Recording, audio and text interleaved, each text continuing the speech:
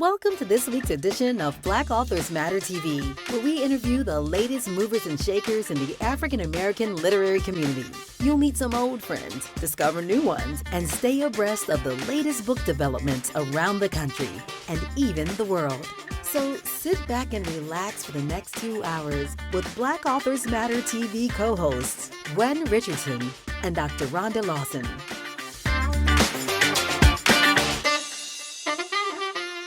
Good evening and welcome to the latest edition of Black Authors Matter TV. I'm Gwen Richardson, your host for tonight, and my co-host, Dr. Rhonda, is logging on as we speak, and her face will be on the screen shortly. There she is. So, welcome back to the show, and we're excited to be back with you again this week. I am, our first guest has logged on, and I do want to give people an update about the book festival, which is rapidly approaching, and we have some really great things happening this year. Rhonda, of course, is a literary correspondent, and she'll be interviewing all of our featured authors, and we have an excellent roster this year. So, for those who haven't seen our flyer, I'll just go down the list real quick before we bring on our first guest. And we have actor and producer, director, and author Eric LaSalle. Some of you may remember him from Coming to America. Of course, he was the Soul Glow, not the actor that had the Soul Glow that was in the Soul Glow commercial, but he was the son of like the company. He still had the Jerry Curl stuff in his hair, because when his whole family got up from the couch, you all remember that scene where that grease spot was on the sofa. So anyway, he has a mystery series, and he's going to be here for that. And then we have... I'm reading it now, and the book, excellent. Which one are you reading? The first one? Yes, the first one. Okay. I'm going to try to have all three of them read by the time we get to the festival, though. Oh, okay. Yeah, I read the first one. He's a pretty good writer. Yes, very good. Mm-hmm. Then we have the two BJs. That's what they call themselves. Beverly Jenkins and Brenda Jackson. They're going to be appearing together. And I checked. They haven't been to Houston together in 15 years since they were with us in 2010. So this may be your only opportunity to see them both together in Houston, and they're going to be here. Then we have two mystery writers. We have Rachel Housel Hall and Brandon Massey. So they're going to be bringing the mystery thriller aspect to the event. We have April Ryan, who's a White House correspondent, and she has been for a number of years, and she was supposed to come last year, but she got COVID and had to cancel the day before. So she's going to be coming this year for the first time. And then finally, we have Kiki Swinson, who is a prolific author in the urban fiction and also mystery category. So we have a great lineup, and more excitement to come. So we're bringing on our first guest, Derrick Barnes, and Derrick is a best-selling children's author, and Derrick was a featured author at the festival. Rhonda, I think it was before you were a literary correspondent, so he may remember what year it was. I'm going to say 7 or 8 years ago, something like that. He was at the festival. So, and he's written a lot of books since then. So it must have been right before me, because I think I've been correspondent for about 7 years. So 7 years. Yeah, it was like maybe the year, maybe 8, it may be 9 years, because he was, when we first got to Fallbrook, like the first couple of years we were at Fallbrook. So we're just waiting on him to come on camera. He had a message. He sent us a message in the chat. But okay, so now he's on the camera. Good evening, ladies. Hi, good evening. Good evening to you. Good evening. Now, what does your t-shirt say? Due to personal reasons, I can never give up. Give up. That's right. I know that's right. That's good. That's good. And if you don't give up, you can't lose. That's you have to keep going. And a lot of times the reward is way ahead. But if you quit, you won't get there. So never get there. I've gotten results that I did not favor so many times that it didn't bother me to lose. I just get up, dust myself off, and get back to it because I'm used to winning every aspect of my life. So, it don't really bother me. Yeah, well, I say it's not losing. It's a lesson. It's not losing. Right. It's an experience. You either win or you learn. Yes. Mm-hmm. Yes, you do. So, and we're not going to win every single time. We want to, but we're not going to win every single time. Although, we want to. So, Derrick, you were at the book festival, at the National Black Book Festival. I was trying to remember what year it was. I think it was about 8 years ago. I'm going to say. Yeah. It had to be around the time that Crown and Ode to the Fresh Cut came out. It was. So that was about 7 or 8 years ago. Yeah. Okay. Mm-hmm. And you've been writing quite a bit since then. So you have a new book. Yeah. Do you have a copy of it that you can show us? I do. I got you. Yes. All right. I got you. And that's the name of the book. I got you. I got you. A Brother's Promise. It came out July 15th. So. Okay. So it's been out about a month. Yeah. About a month. It's my 21st book. So are all of your books children's books? Yeah. So I'm under contract for like maybe 8 more children's books. I have a middle grade novel coming out September 23rd. And we've been talking about my next step. I want to go back to school, get my PhD. I would like to teach African American literature from like a historical perspective, or I would like to do adult fiction, possibly romance. I want to kind of do something else right now. This has been an amazing run. It's been an extreme blessing. I went like 13 years without anything, really wondering if I should even keep writing. And then 2018 happened and it just changed my life. So it's been an extreme blessing every single day to be able to do what I've been able to do. And so now I'm just thinking about the next stage of my life. I just turned 50 on August the 9th. Happy birthday. Okay, happy birthday. Thank you very much. Yeah, in the 50s, the 50s are a decade where we're trying to accomplish what we didn't accomplish in our 40s. That's what. Yeah. So it's like it's almost like a race, because you start to realize your mortality a little bit more when you turn 50. So, but you don't look a day over 40. Man, I just you didn't have a salt and pepper beard. We probably wouldn't know.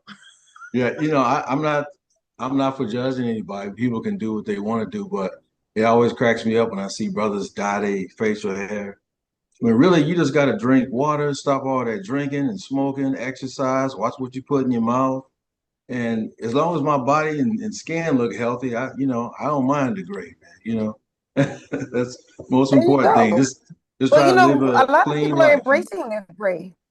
A lot of people are embracing their gray now. In fact, some people are weaving their hair gray and putting gray braids in because they want to embrace the gray. Yeah, a lot of young people are doing that. And I said, well, you're doing it now before it actually happens.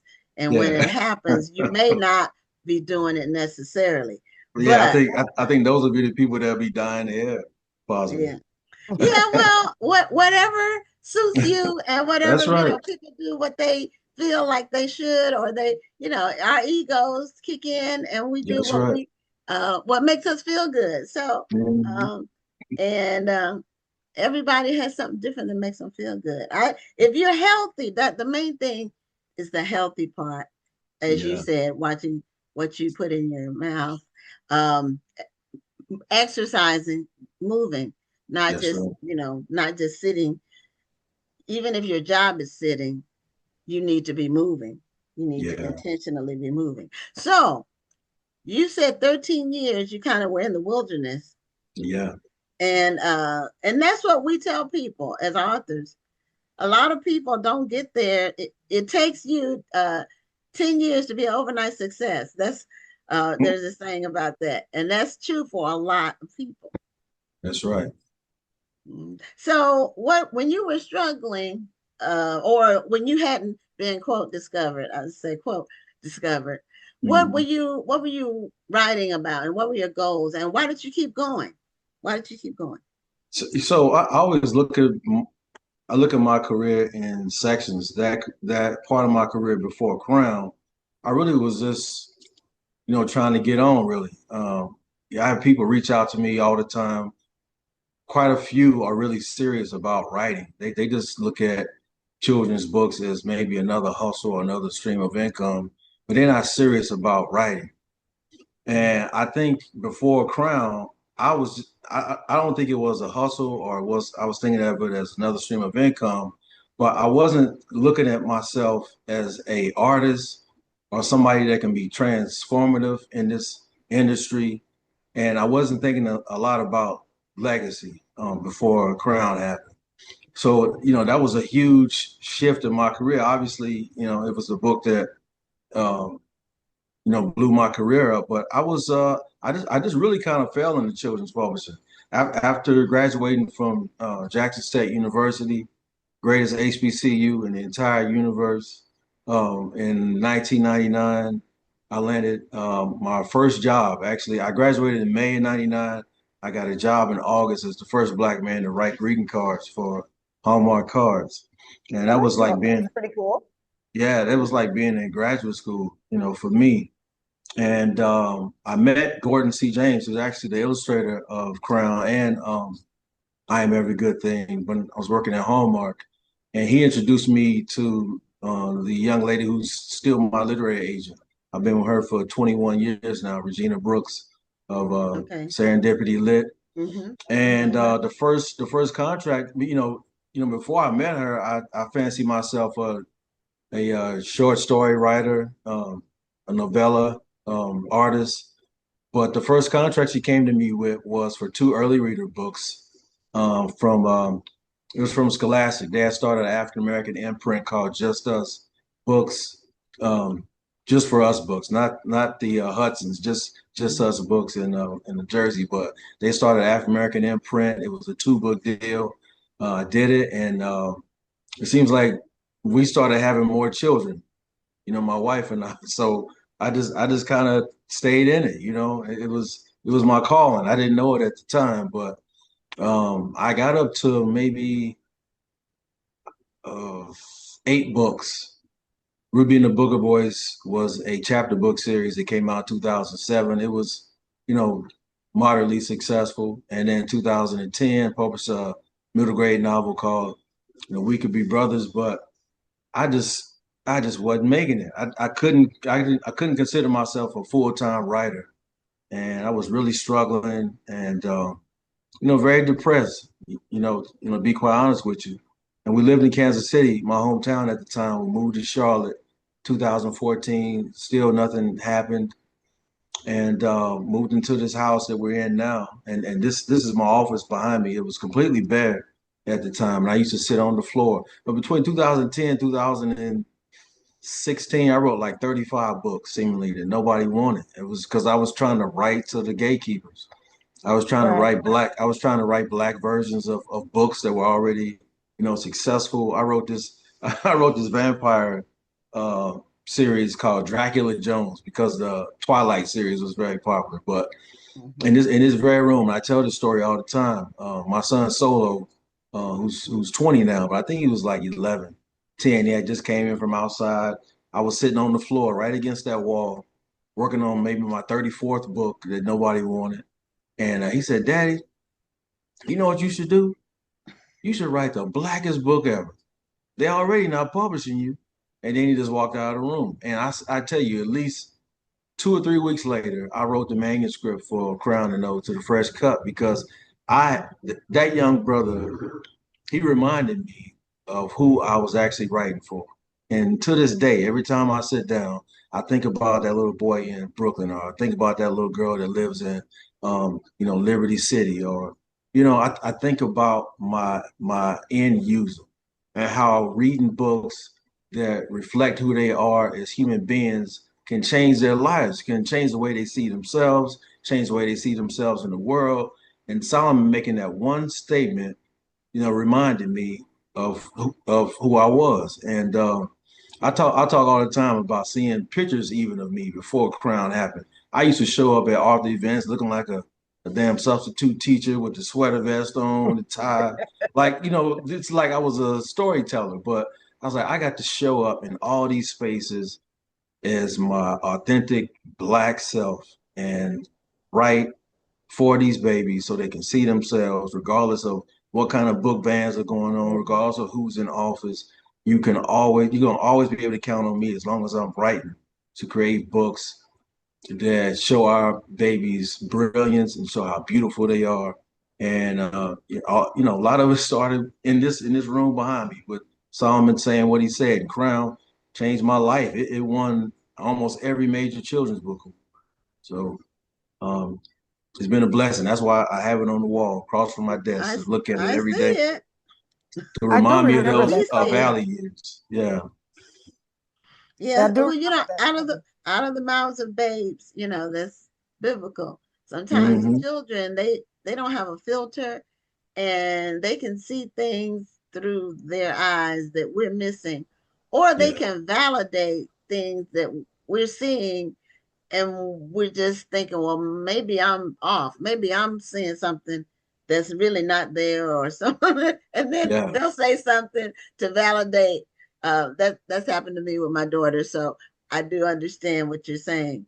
Sometimes they can really shed some light, and even now, even though my daughter's 29, but because she's in a different generation, she can give me some insights into what people are looking at right now, Yeah. where something kind of cutting through, or something that I just missed because I'm in a different generation. So, uh, And you also, and know, also, and also, these people closest to you, even though they may be children, they know you better than anybody else. I think, the more I think about that interaction, that is he true. he he had seen me around his house, raising him and his three brothers, and me loving on his mother every day.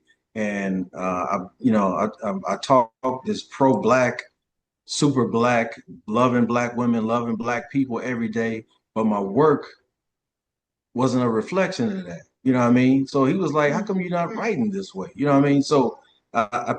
I thought about that recently, and so I think we have to one work on our craft. I talk to writers all the time about really being serious about studying the industry that you want to work in, but also write about what you know and write about what you want to see in the world, and don't try to copy what's already out there. Absolutely. A Right. lot of stuff has already been done, but people have not heard your voice. Like, who are you as a black artist? And so, shout out to brother Solo. He is a senior at the University of Texas at El Paso. He's Okay. one of the best safeties in college football. So God willing, he gets drafted next May so he can get his daddy a Porsche or something. That's a little inside joke we've been saying since he was in flag football. So yeah, I got sons all over the country now, and the house is getting quiet. We only have one son at the house now. So it's Yeah, You well, know, there was some, he's in Texas, way far from me though. 'Cause El Paso's on the other side of Texas. oh yeah, he's Yeah. in Mexico almost, man. there was Yes. something that you mentioned that I wanted to touch on because I think it's important. Um, you said that you wrote 34 books before you were picked up. What Yeah. was that driving force that kept you going? And how were you able to just keep writing? You know, it wasn't happening for you, but you said, I'm going to continue to write. What was that driving force? I think a lot of it was my own drive and work ethic, but also from a spiritual standpoint, I figured, God had brought me that far to have 8 published books, and they were published by, Scholastic, Simon and Schuster. I I knew, even though, like I said, I call those my valley years. I still feel like I felt like that wasn't the end of my story. And if I just keep writing, if I just keep working on something, um, I mentioned the Hudson family, Cheryl and Wade Hudson of Just Us Books. Wade, brother Wade, God bless him. I love him so much. He will call me every month, and every time I think about it, I get emotional. But so he would call me every month, and we would talk for like 20 minutes. And at the end of every phone call, he would say, "Son, it's just gonna take one book. It's just gonna take one book." And so, and my wife was always encouraging. Like I said, we met at Jackson State, and she's always been supportive of my work. Plus, I got these four little brothers watching me every day. And so what's that old saying? Children pay more attention to what you do than to what you say. So Yes. they are watching me as a black artist trying to make it, stand up to 2, 3 o'clock in the morning, working on books. And so I was just very conscious of that. And I was like, man, I know you ain't brought me this far just to leave me here. I felt that every day. Felt that every day. And Right. so I just kept on cranking them out. Graphic novels, chapter books, picture books, middle grade novels. I worked at the Kansas City Public Library. I got hired there in 2000.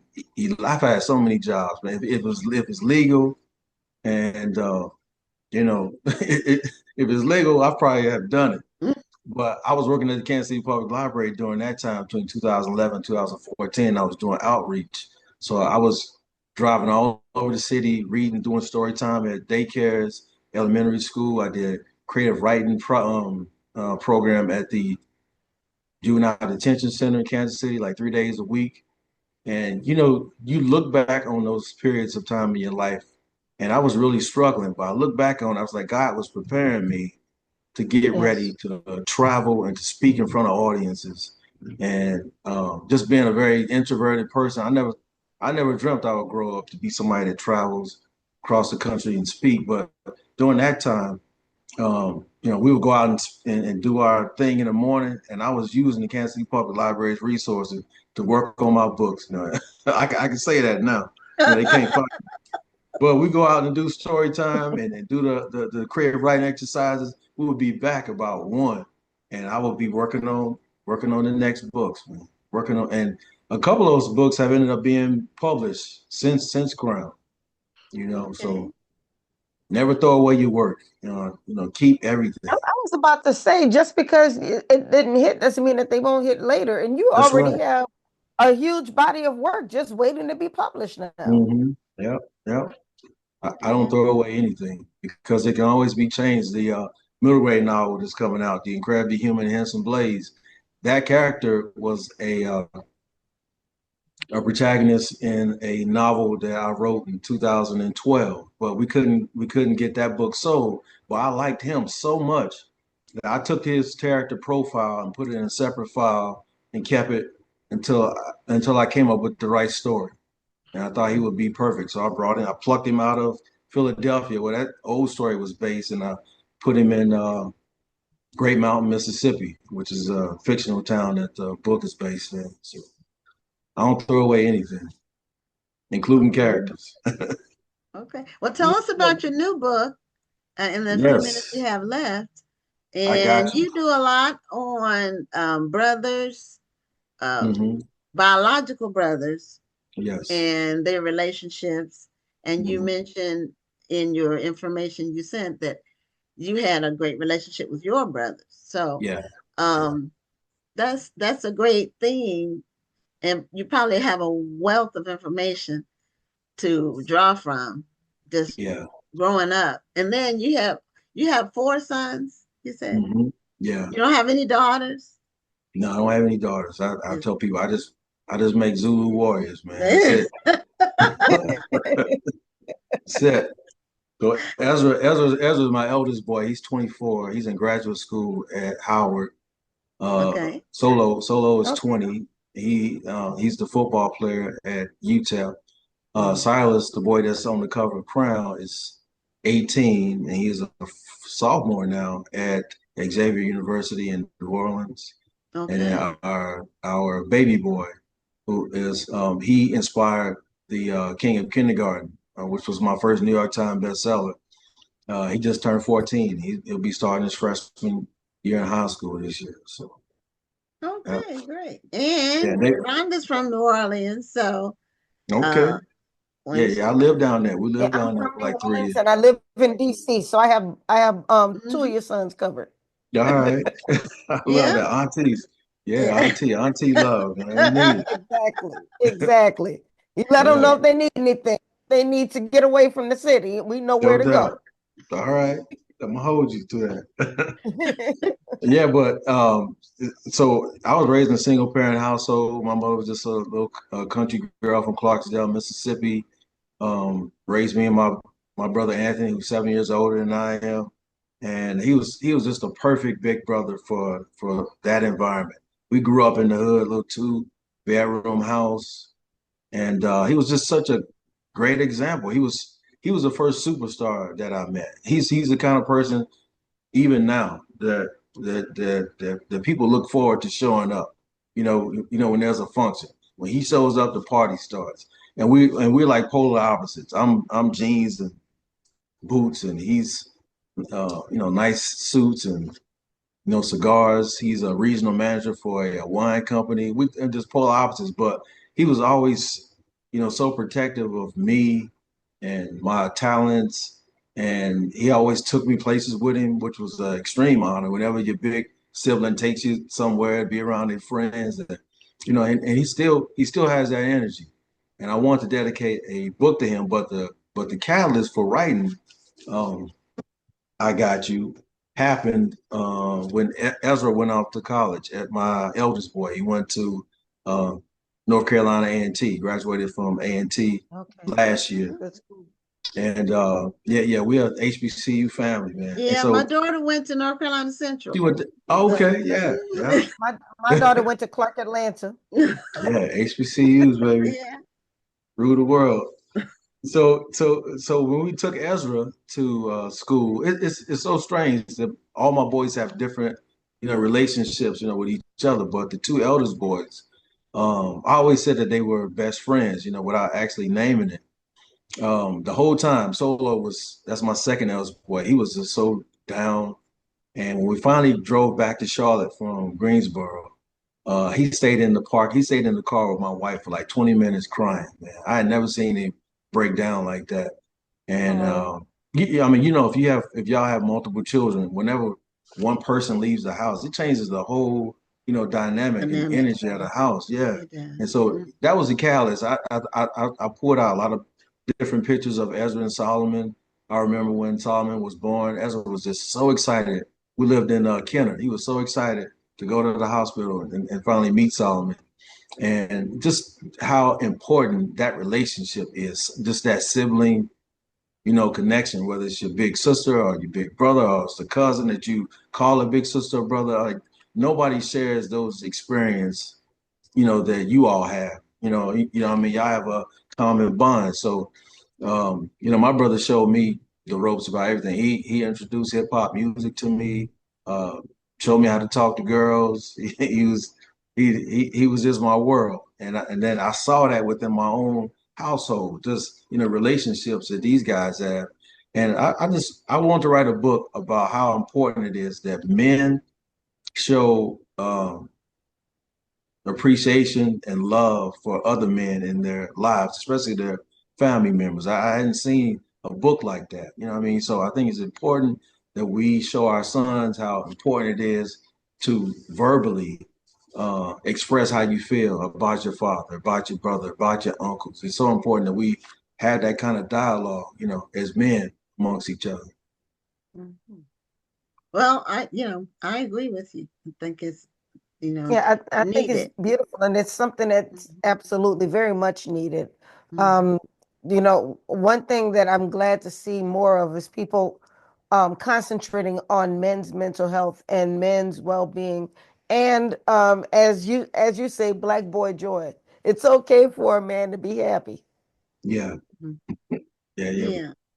Yeah, it's Well, so important for men to be happy and also be able to not be ashamed to get counseling when you need it, to have Exactly. a, mhm. group of brothers that you might meet with, um, every now and then, once a week or, whatever, and just talk about issues that may be affecting you.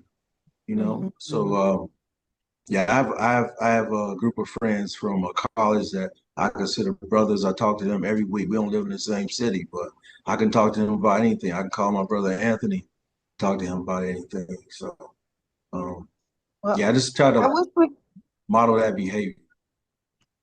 I wish we could talk longer because this is a beautiful conversation, but unfortunately, we've come to the end of the interview. um, but if you should hold your book up one more time, just to remind us. I I got you. I got you. And promise. it's available wherever books are sold, Ever I'm books are sure. sold, yes. And please support your local independent bookstore, woman-owned, family-owned, Black-owned bookstore. So Yeah. extremely important to do that. Well, Absolutely. thank you for being a guest on the show. This is your first appearance, and we've had the show for 5 years. And during that time, you've been very busy, and congratulations on your success Thank with y'all your very children's much. books and what you're Thank you. doing, and your mission is Yeah. very important. Thank y'all Yes. for having me. Hopefully I'll be back on. I go on tour starting in September. Penguin has me on a 17 city tour, so I'm gonna be pretty busy.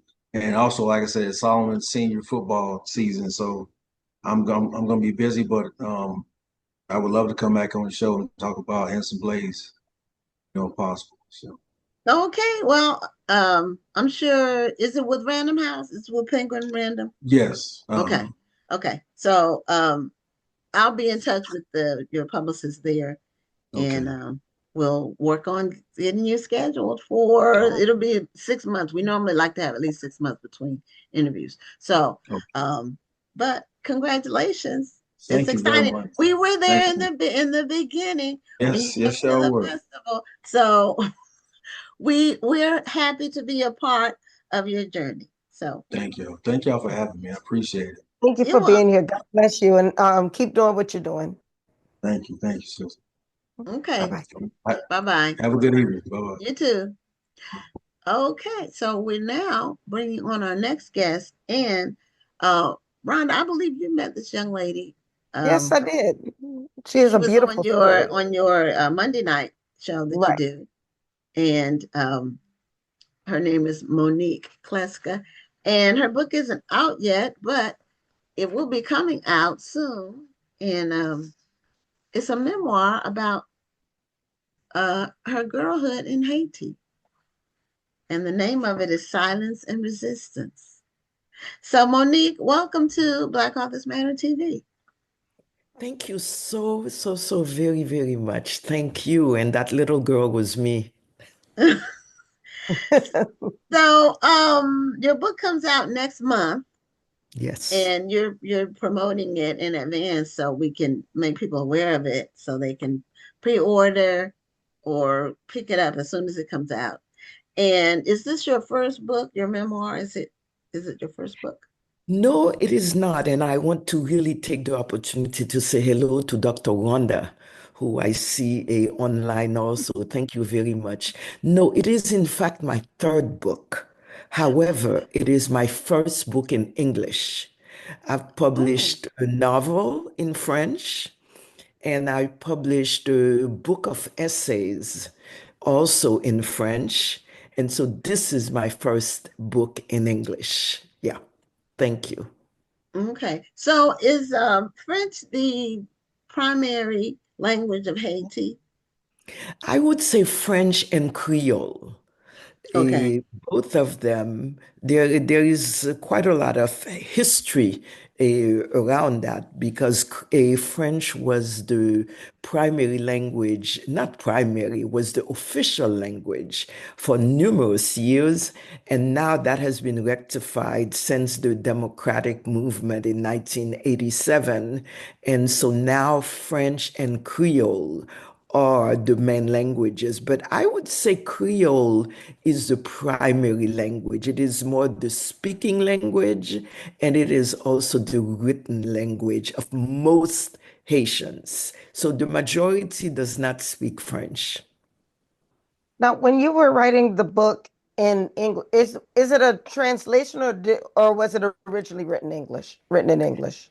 It was in English.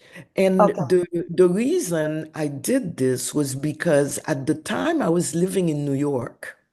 And when the earthquake happened, and I suffered from post-traumatic stress syndrome, eh, eh, one of the things that the psychologist who was treating me had recommended was writing. And so it was easier for me at the time to write in English. And then I decided also to take a writing course at the new school, and it was in English. So I started writing in English, and the professor asked me to be in a writing group, and that was in English. So it was just more natural for me to do it in English, to workshop in English, etc. And it just kind of followed that I said, you know what, I studied in English, let me just continue in English. I think it's great that you did write it in English. And then we talked about this before, is that because you wrote it in English, I think that we as Americans, when we read the book, we're going to find that many struggles that we have here in the United States are not so different in other countries such as Haiti. Absolutely. I think there are quite a few points. First of all, domestic violence is universal. And I speak about different aspects of domestic violence. And that happens everywhere. And that happens in the United States. And the United States being such a huge country, it has practically Yes. epidemic proportions, and it in all societies, whether we're talking Black Americans, white, Latinos, Native Americans, it is ubiquitous. So that is one aspect. Another aspect also that we can mention is, fascism in that I grew up under. Whereas the I can't say the death, the kind of the suppression of your rights, you not being able to speak. And I hear in reading a lot of what is going on these days in the United States. I can say that there are quite a lot of similarities when I see people being taken in the streets, children being separated from their parents by IC, etc. It brings back memories. These are triggering events. So there are things that are similar, very much so. And then the aspects of mothers leaving, the separation, family secrets, that is also universal. So there are quite a lot of similarities between, it's that's what it is about. It's a universal story. So how long have you been in the United States? It seems like forever. I came to the United States when I was 12 years old. And as you can see with my white Okay. hair now, I am now I am now 72.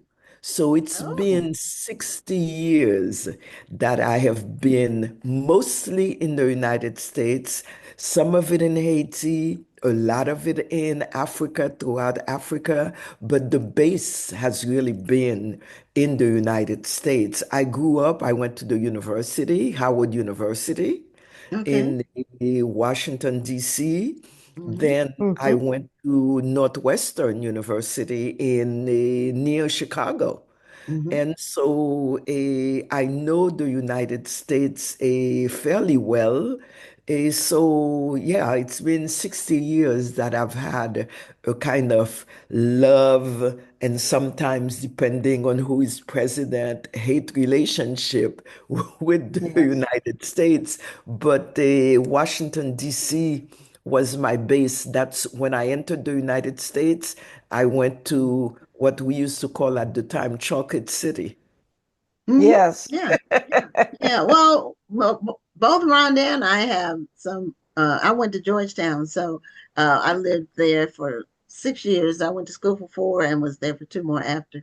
And then, of course, Rhonda's there now in the Hmm. DMV. So, Right. Yeah. um, yeah, I haven't been back to one. Every time seems like every time I plan to go back, something happens. The last time that I had planned to go, COVID happened. So that is Yeah. just took everything off the table. And Well, it's so time to go now. it is. I need to plan another trip. I'm looking at Yeah. next year because I have 3 or 4 places I want to go next year, and that's one of them. So um I have to figure out. I'm gonna have to attach it to something, some an event or conference or something where I can do several things. Make a whole trip of it where I'm accomplishing several things at once because I Yeah. don't know how often I'll be able to go back. So when I go, I want to stay there for several days so I can get some things done that I want to get done. So Very. um, tell us a little bit about Haiti. Most of what we hear about Haiti is and I've been once, but it really wasn't Haiti proper because I went on a cruise and the cruise line uh, took us to Labadee, which is Labadie. Yeah. the private island, and but there were Haitian people there in a Haitian market selling their wares. Yeah. So Mm. that's when they told us that it was part of Haiti or attached to Haiti or not far from Haiti. Yeah. But most of the news that we get, and news is a curious thing. Um, it only presents certain things about certain places. Yeah. And what Okay. we hear about Haiti is the government is unstable. I'm just doing it like an encapsulation. Hmm. Bad things happen frequently, and uh, including the earthquake.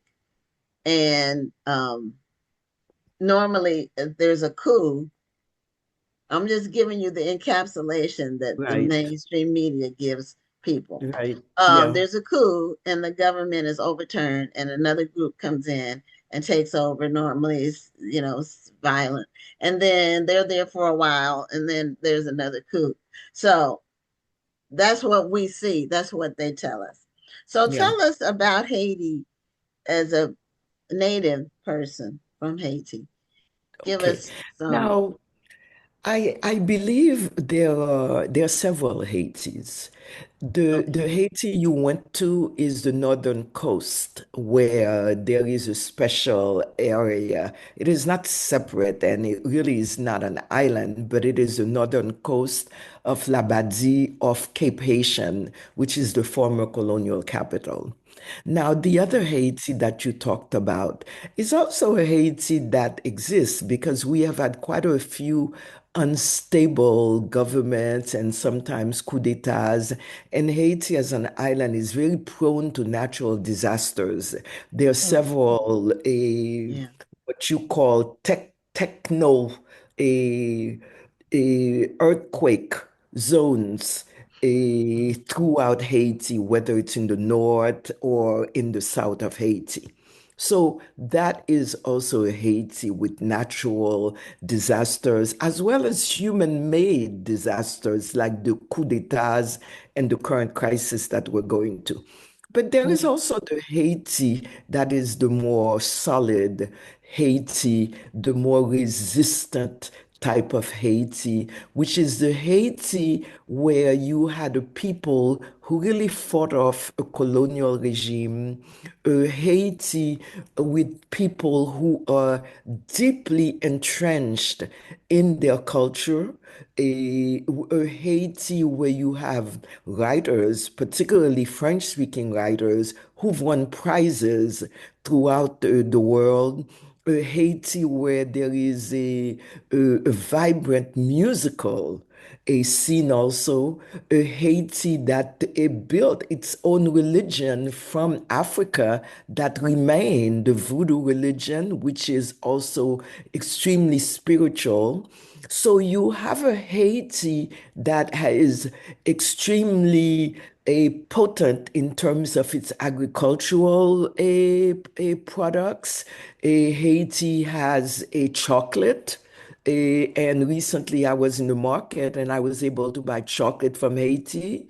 Haiti Wow. also, in terms of agriculture, has a essence that makes some of the best perfumes in the world. So you do have a Haiti where you have an agricultural sector, even though it may be poor in many ways, but that does produce things, even though perhaps we cannot feed, we are not independent in terms of feeding ourselves. So you do have a resistant Haiti, a fighting Haiti, a cultural Haiti, a vibrant, a musically as well as literature-wise Haiti. So that is the Haiti that I take my inspiration from. And that is the Haiti that thrives in me. And that is the Haiti that thrives pretty much to the countryside. So one may hear that even today, with the huge crisis that we're living through with gangs takeover of the capital city, but you have in other areas children who are going to school, people who are fighting. So that is the resistant Haiti that to me is extremely significant, and it is kind of the mother earth of Haiti that I take my inspiration from. It sounds like Haiti is a state of mind almost. Yes, I think you got it right, Dr. Rhonda. Hate is a state of mind, and to me, it means really resistance in all the multiple facets that Haiti, that resistance actually means. Because, for example, if I take where you went, Gwen Richardson, in the North, it is only because of pressure from the United States that they stopped the boats going, but boats were still going about 2 months ago. And then they said, well, wait a minute, you have a state of emergency in the capital and boats are still coming. So they said, okay, let us then just stop it. But basically, if the boats wanted to come, they could still go because in the northern area, there are international planes that are flying in and the boats could still be going. So you have different Haitis. Okay. The main area of the conflict is the capital city, the kind of a central area, and also the rice region, the Artibonite region. But the southern area is pretty much functioning, although I cannot say that economically things are very viable because Port-au-Prince as a central a place also impacts the fact that Port-au-Prince is having issues also impacts the rest of the country. Mhm. Now, when was Haiti colonized? Was the trajectory of Haiti in terms of was there slavery there? Was it like mirroring what was happening in the United States from a historical standpoint? Yes and no. There was slavery in Haiti. However, and I think that's where that is something very significant in the history of the world, is Haiti had the first slave revolt that succeeded in Yes. Mhm. sending the colonial power, which was French, back home. Is this the one that And was led by Toussaint Louverture? exactly. Yeah, Toussaint that was Louverture what I was started trying leading to it. remember. Yeah, this Mhm. was a Toussaint Louverture started leading it, but Okay. Napoleon's troops set a trap for him. So he was sent in jail in France where he died. But then it was a coalition. So you had Dessalines, you had Pétion, and the Haitian resistance really managed to throw away the French colonial regime in 1804, and Okay. on the 1st of January 1804, independence of Haiti was declared. However, and I think that is something that is significant, the colonial powers refused to recognize that Haiti was independent because they thought it would send a signal to Black folks in a Martinique, in Guadeloupe, in Curacao, in a Jamaica, and in other areas so that the slaves could rise up. So they refused to recognize Haiti's independence. And it took several years for them to do so. And it was not until actually past 1815 that they actually did this. Sorry, 1835 that they actually did this.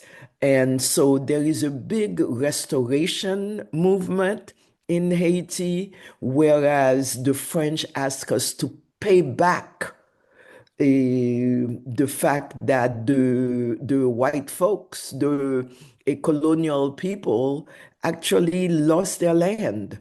And so there is a huge restoration movement in Haiti trying to ask the French for payback, not only for slavery, not only for the colonialism, the suffering that we went through, but for what we call the debt that Haiti paid back to the colonizers. So there is a very rich history of Haiti of resistance, and resistance that I believe is recognized throughout the Black world. And whenever I went to Africa, Haiti was also seen as like, it's a beacon. It's the first Black republic in the world. Hmm. So do you touch on a lot of this history in your book, because your book is about family. It's and it takes place in Haiti. So do you draw on a lot of that history in the book? I do and I don't. And the reason I say I do and I don't, it remains a personal, it is a memoir.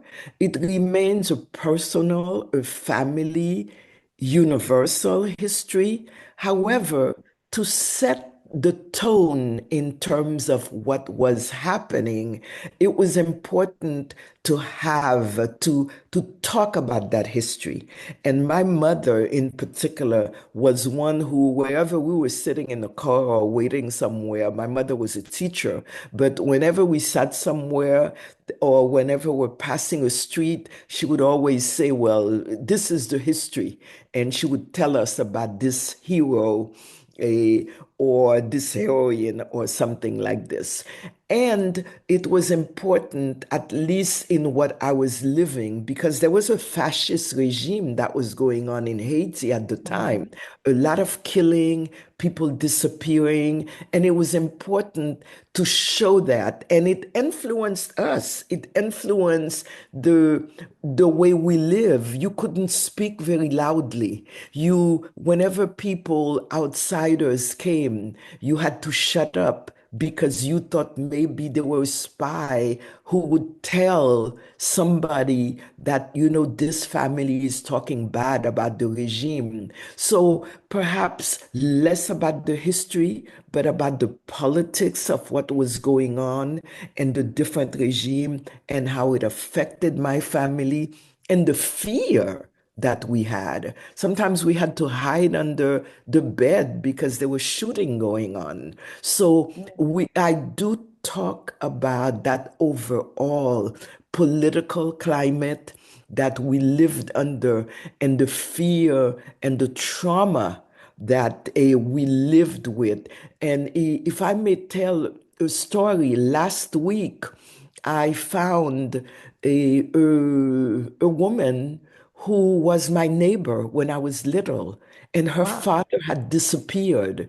And I wanted to tell her about the book so somebody else would not have to tell her. So I actually talked to her for the first time in, I don't know how many decades, to tell her, I talk about your father disappearing and how it affected me throughout my life. And it was a bittersweet moment in that she said, I'm ordering 4 books because I have 3 children. So I'm ordering one for each one of them so they are aware of their history.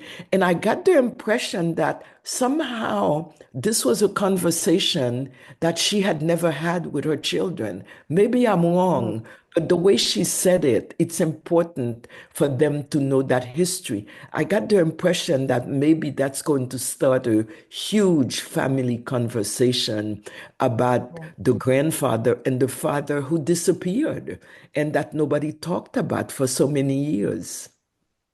You Well, know, your book is probably going to be validation mm, that maybe without that, she didn't really have that much of the ability to share, you Exactly. know, but you writing about it gives like a second person, a second sighting of the situation that she can share with her Yeah. children. Silence is kind of insidious, and Yes. right, right. that's why the title of the book, because I decide to break the silence on so many things that affected me as a child, and some of them it took 50 years for me. Some of the secrets I learned about after 50 years and actually broke the silence of them. So I think this woman who I spoke to, my former neighbor, and she was somewhat older than me. She was more my sister's a playmate. But somewhere along the line, I think this is going to start conversations, and I hope that it will help with the healing because the book also is about healing. It Yeah. is about, it's a reckoning, but it is about healing from all of these things that people didn't talk about. And it is also about Right. my healing because I really went through the ringer, as they used to say, in writing the book, in trying to come out a whole after having discovered so many things, after having faced so many things and faced, for example, my mother in terms of why did you do this? Why didn't you tell us? So I think there is a lot of healing to be done. And all families have secrets, and Right, some right. people don't tell them. And I think this is an important moment, and I hope that the book stimulates that kind of healing. Well, very, very quickly, I'm really glad that you brought that up because we talked about that when we had our conversation before. And actually, somebody made a comment that they didn't feel that it was biblical for you to talk about your family secrets because we're supposed to honor our father and our mother. But if we don't talk about these things, then we don't give ourselves a chance to heal from them. Exactly. And I think I am one who, and I think it is very anchored in the book, this aspect of family, this African concept of family. And I think there is a chapter in it where my grandmother actually says, bring my grandchild to me. And I think it is honoring the legacies of our forefathers to actually, it is your own.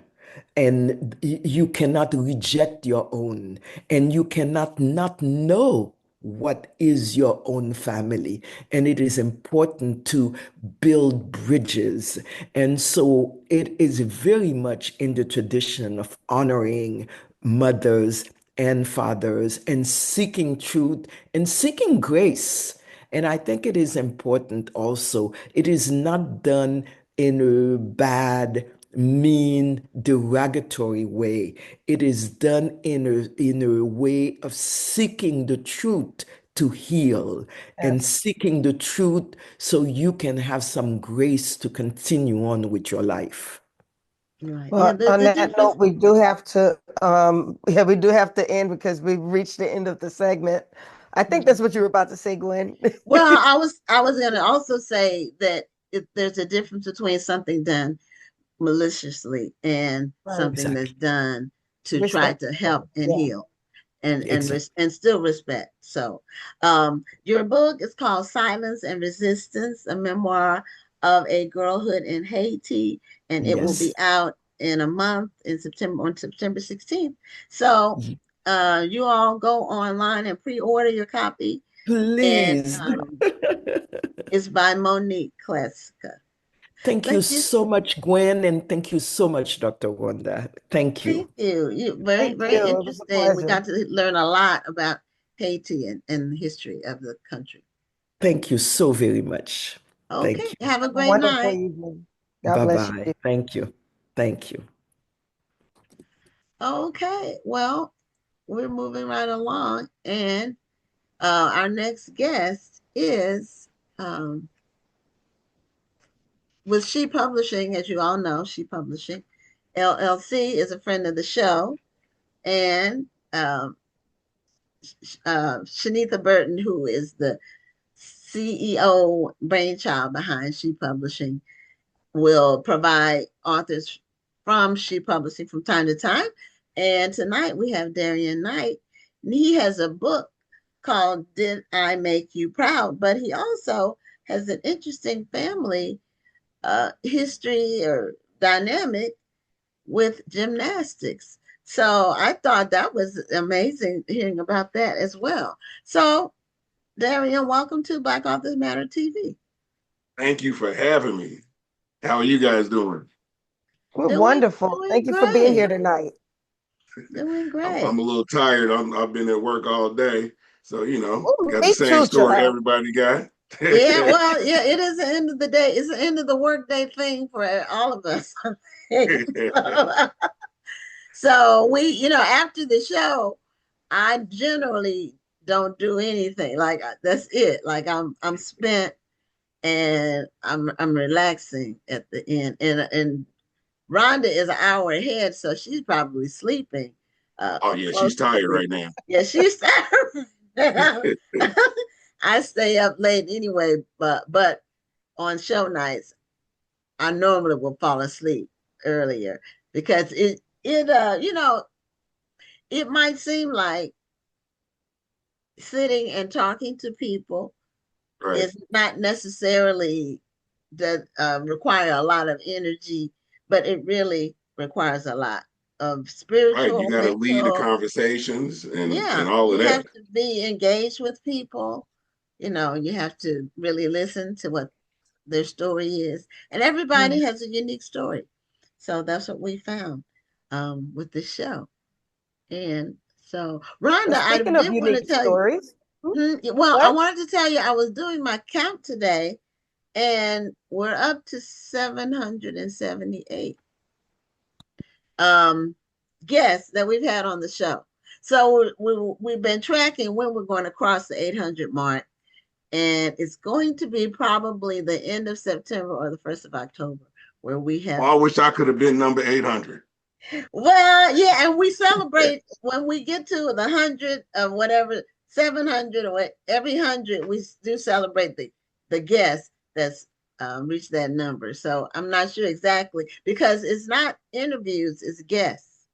So Okay, some guests have been on more than once, and so it's individual people. So okay. anyway, you are joining us from what's the Windy City Invitational? What is that?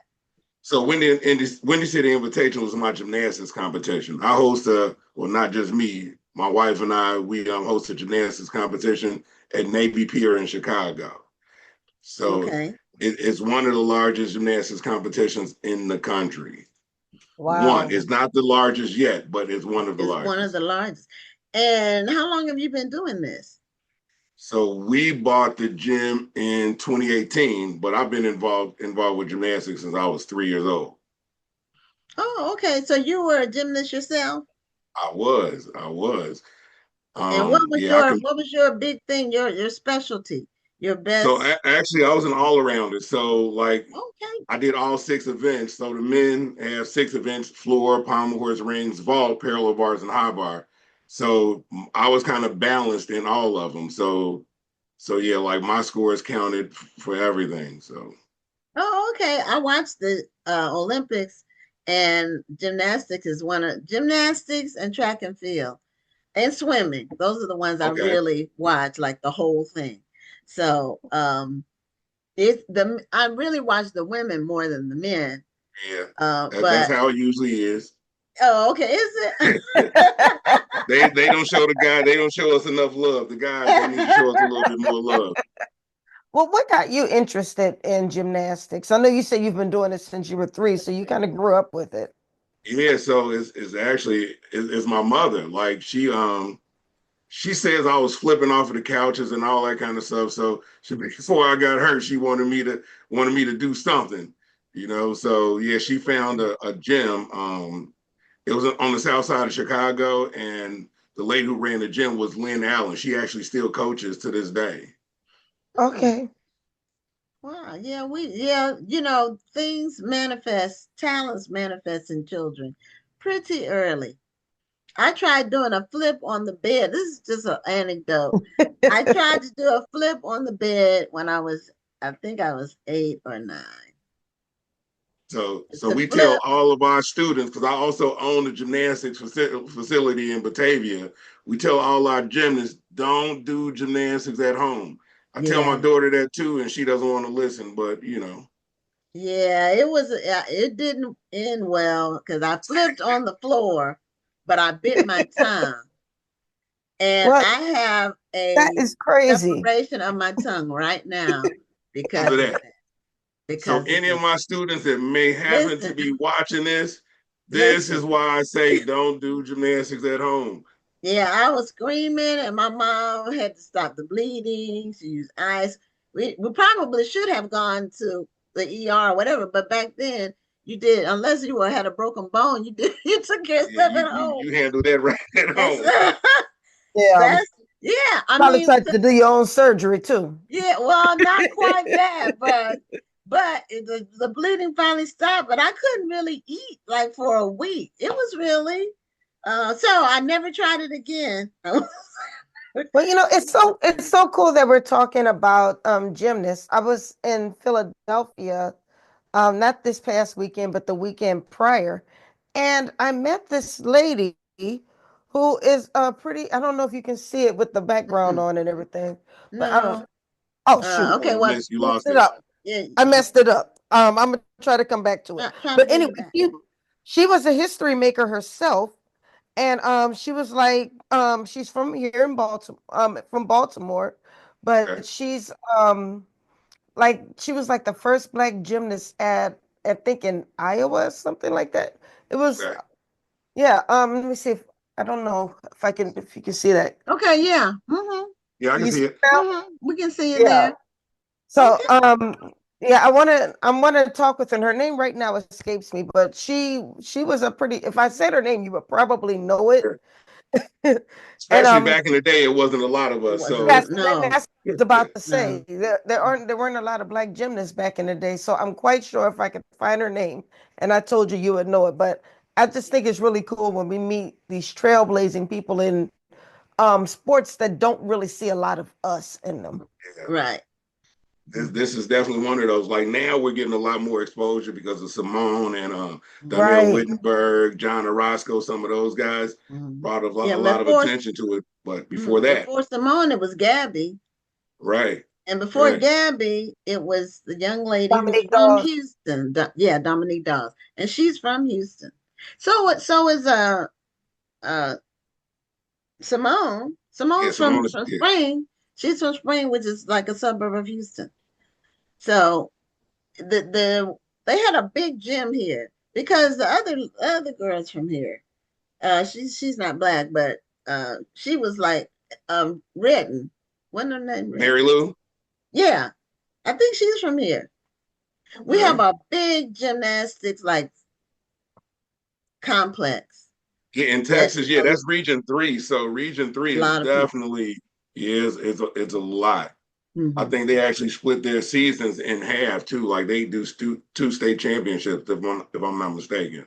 Okay, yeah, so it's a big sport here, and we produce a lot of winners from this area. Yeah, you actually have. I actually I was at a competition, was at national championships a couple weeks ago in New Orleans, and it's Tom Meadows is one of the big coaches. Like he's produced a lot of Olympians, and he's from Texas too. Okay, yeah. So now, what do you all do in your gym with your gym program? Do you So have my boys gym, and girls? Do you we have focus on boys, the? girls, everything. So we start kids at 3 years old. We do a parent and tie class, and then we go all the way to the higher level team classes too. So yeah, Okay, our gym, like I said, we bought our gym in 2018. We started, it was a smaller gym, and our numbers have grown like just dramatically since then. okay. So what the parents that bring their kids, are they looking for just like after school activities? Are they looking to have their kids go to the Olympics or all of that? It's a little bit of all of that because you have some kids like that just want to do gymnastics to build like the core strength that the gymnasts have, because gymnastics core is everything and upper body. So Right. they it helps with every sport that you can possibly do, after gymnastics. So they bring them here for core strength, hand-eye coordination, balance, all of that you can develop in gymnastics. But then you have the parents who have the Olympic dreams too. So we have team programs also. So we do a lot here. And like I said, we also host a pretty large gymnastics competition. Okay. So are your kids in gymnastics? They didn't have a choice or My daughter is definitely in the gym. Um, at the beginning, like my wife and I talked about, like when she was younger, she had to be in gymnastics just to build the same things that I was talking about, the core strength and all that kind of stuff. But then we also want her to be like well-rounded. We don't want to just have to do gymnastics. Okay, you want to try basketball. She just tried that. She wants to do swimming, all of that kind of stuff. We just don't limit her to gymnastics. okay. Well, that's good to be an all-around athlete, even if she doesn't specialize in one thing. The health aspect is off the charts because she's Exactly. constantly Mhm. And team building too. People don't yeah, think of gymnastics as a big team, but just learning how to work with other people. Your score is going to count to help your team win the championship. So you got to focus on what you do and make sure you're strong in your strongest event to help the team. And that helps learning how to work with people later on in life too. Mhm. right. Yeah, Now, how sports did is a you? very good way to teach team, Right, it is. team building Yes, and, putting yourself where it's not all about you. exactly. Right. Mhm. So, how Yeah. did you link with She Publishing? So she publishing. Shanitha is actually my cousin. Wow. Oh, Okay. Small world. oh, okay. And so what happened was like I had been wanting to write a book forever. I actually didn't know she had a publishing company. So I wanted Mm, to write a book and I was talking about it and then my cousin who she's married to was like, I call her Finesse. Like, no, Finesse has a publishing company. And I'm like, really? And I had been writing stuff down the whole time, but I didn't know how to make it work. Mhm. So once I reached out to her, she helped me get through it, and 2 years later, because it took me a long time, but she helped me get through it, and yeah, and the work came out, and I like it. Okay. that's And your awesome. title, Did I Make You Proud? Um, where does that derive? What made you come up with that title? What came from what made me come up with that? It was like it wasn't what people would think it was. Like, um, did I make you proud because of all these good things I've done, right? Because that's what most people talk about. This I've done all of these good things, but for me, Right.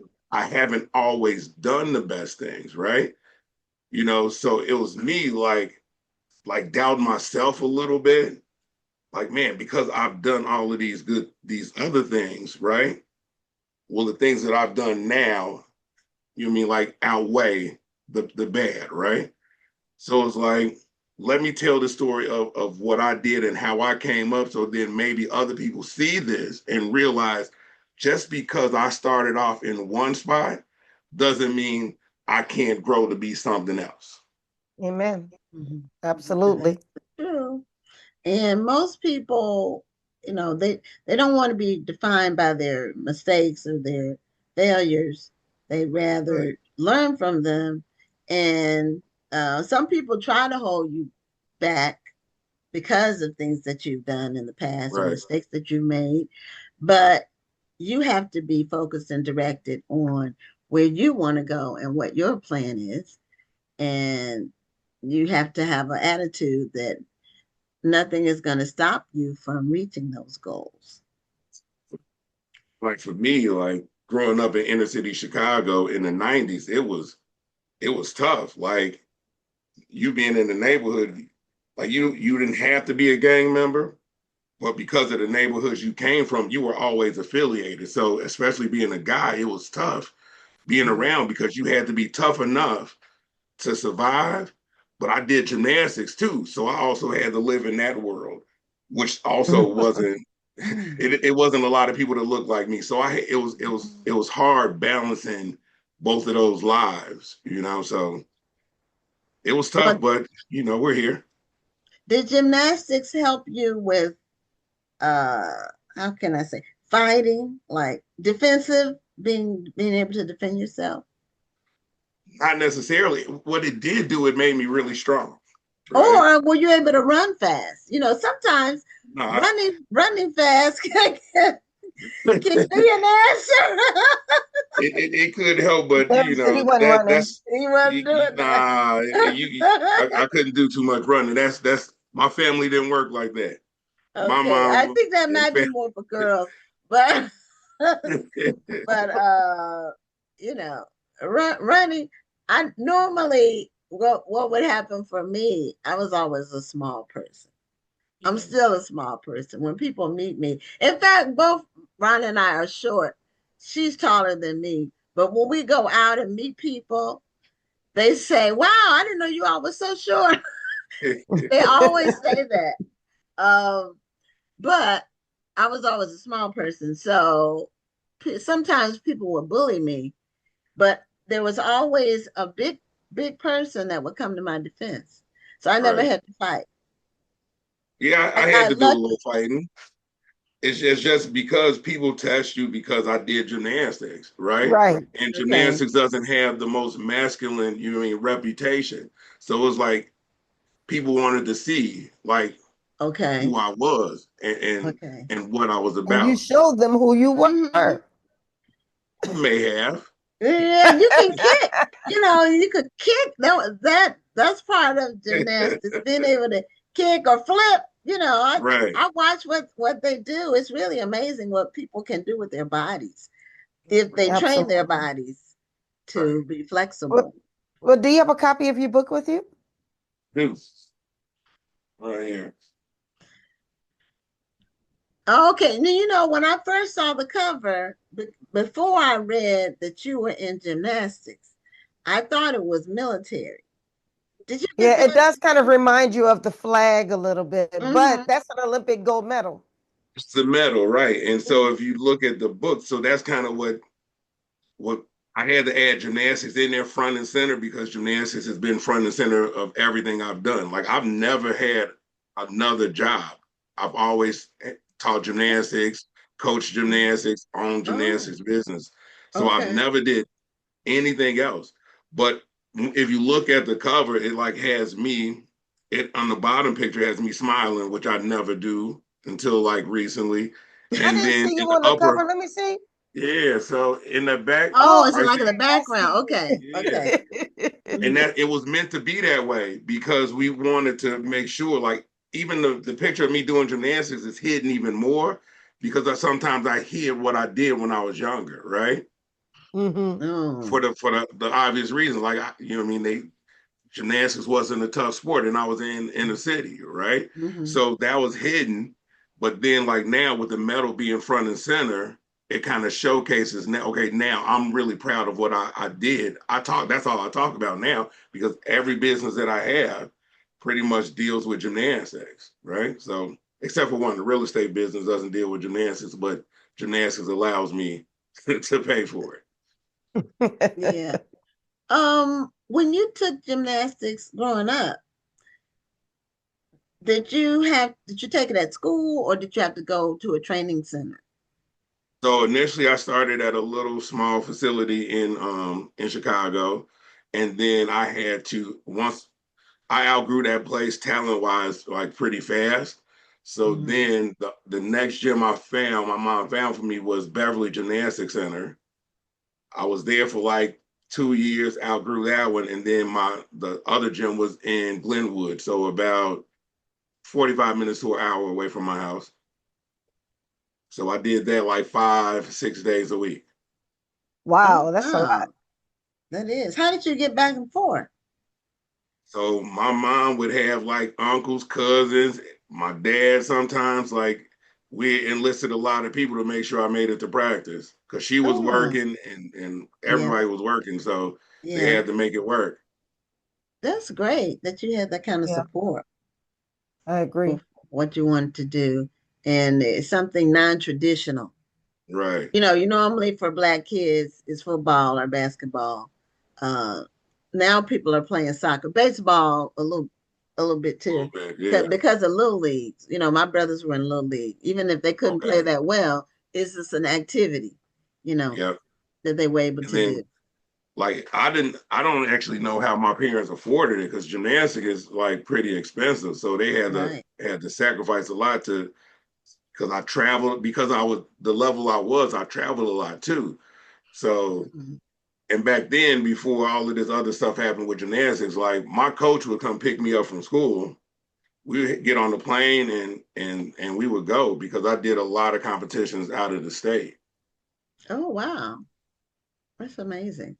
So, how far did you get in terms of what's the highest level you got to in the years you were actively? I was training for the Olympics when I got hurt. So that's what stopped my gymnastics career. I got injured and a shoulder injury.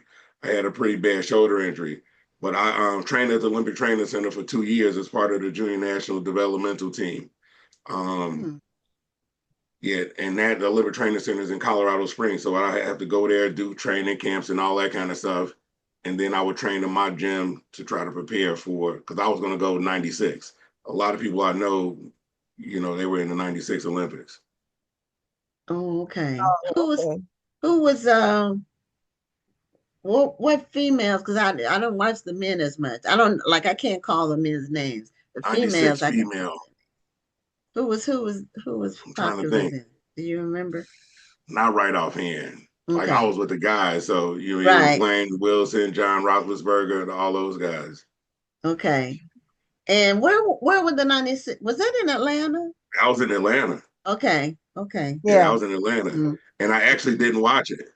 I didn't watch the guys at all, because by that time, like after I got injured, like I didn't watch gymnastics, period. Like you couldn't get me to turn on gymnastics. I bet. So, I bet. So I mean, because it's like you did all that work and then you couldn't even go, like that was your dream. Well, see, that's actually what I was about to say, because as I listened to you, I don't know if you did you ever watch The Neighborhood with Sid the Entertainer?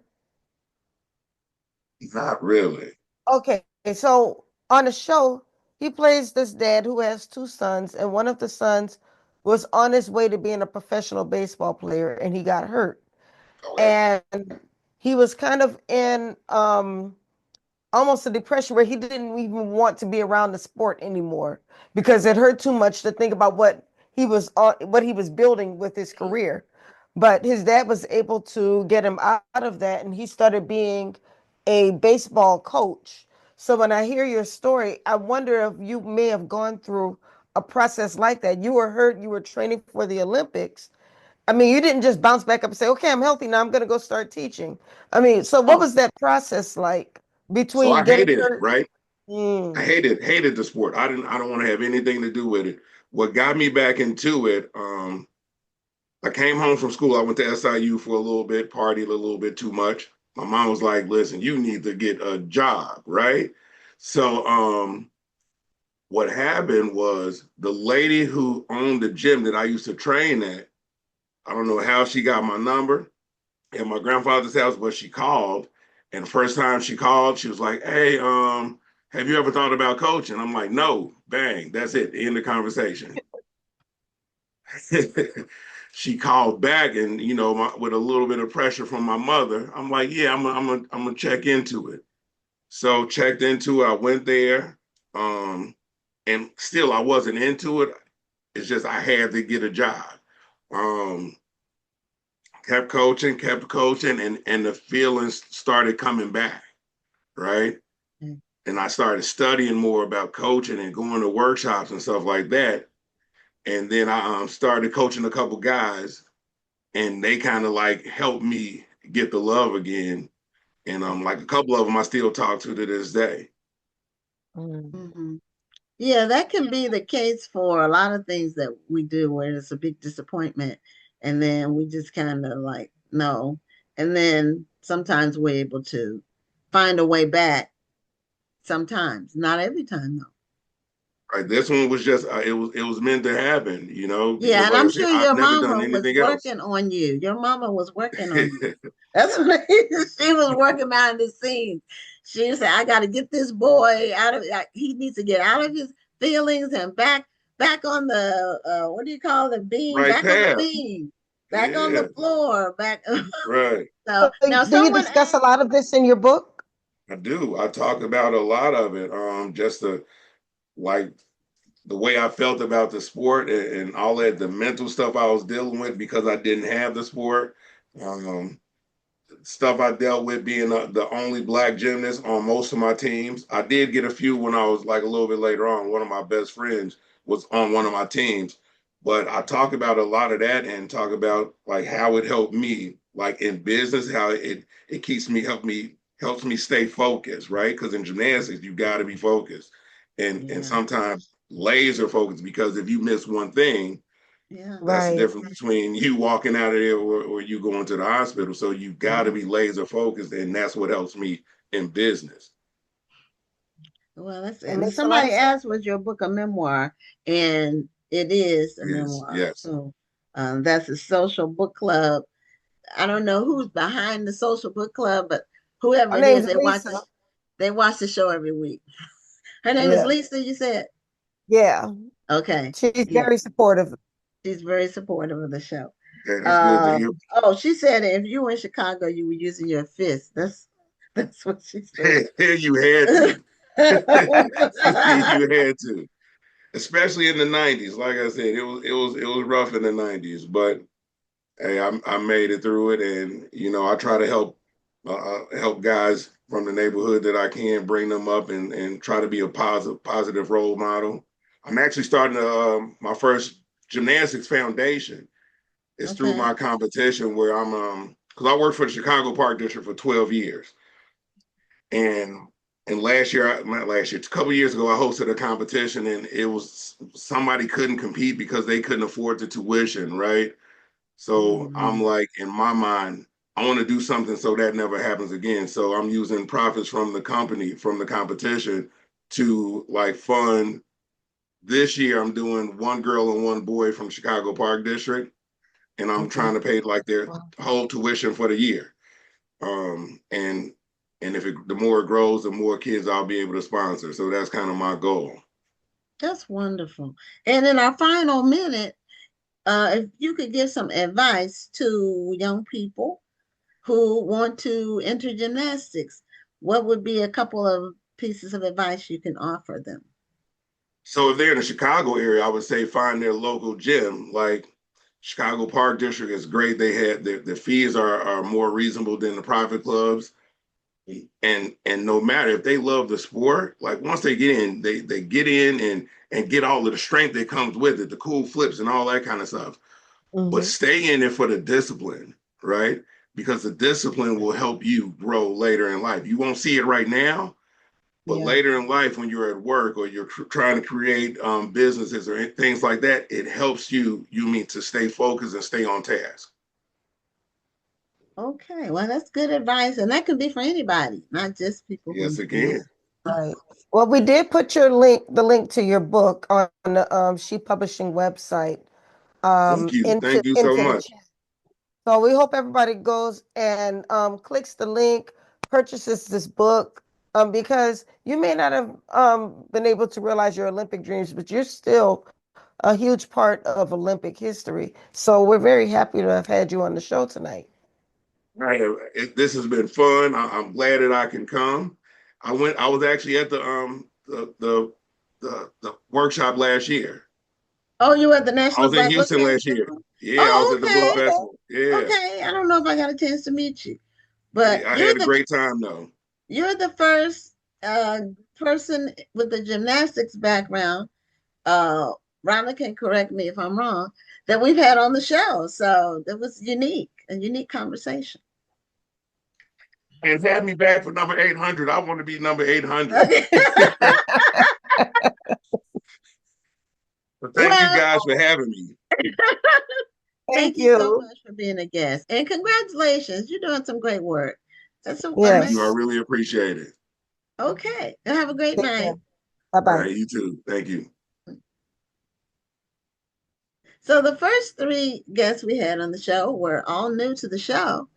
And it's amazing that even though we've interviewed hundreds and hundreds of people in the literary realm, there's always new people that are doing new work and people who are continuing to do work that we had to wrestle and get them on the show. So we have some of those coming up. So as we lead up to the book festival, which is only like 8 weeks away, something like that. So this year is flying by. It is. Tell me about it.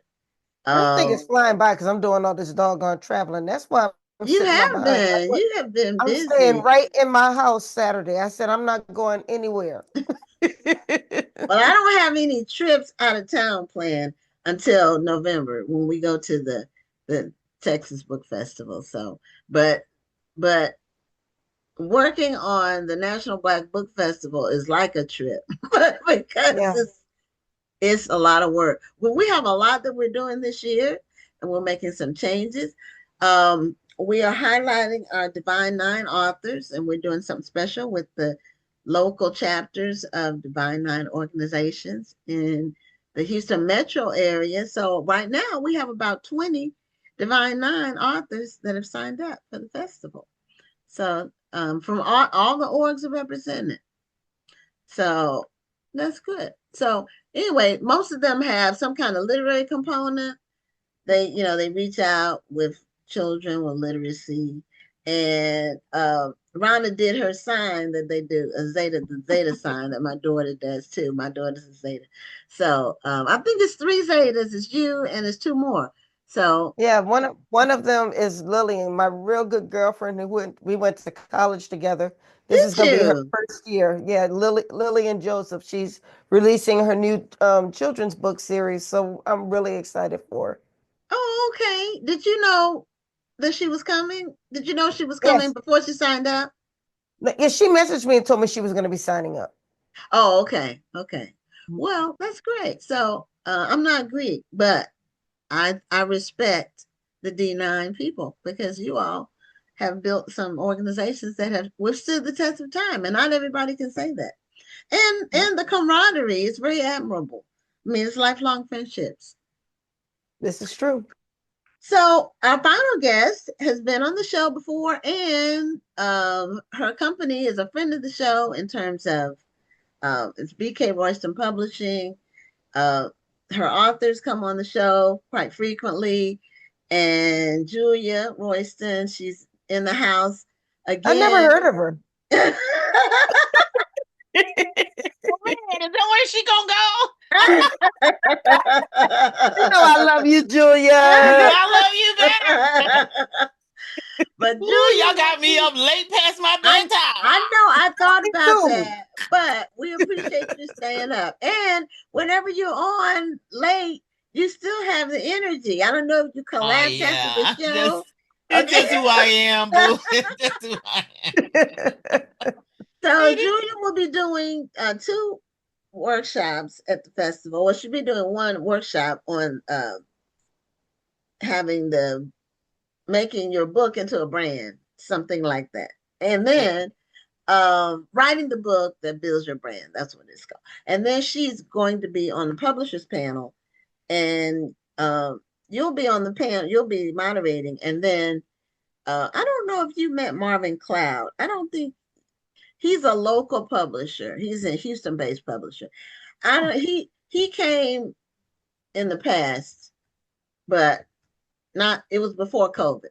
So um, and have you? What did you come before COVID, I or was did. I it was all there in after? 2019. I think yeah. So he was before that. So Oh, okay. you met Okay. him. Well, I look forward to meeting him. I'm always I don't I always look forward to meeting other publishers. I think it's a wonderful thing.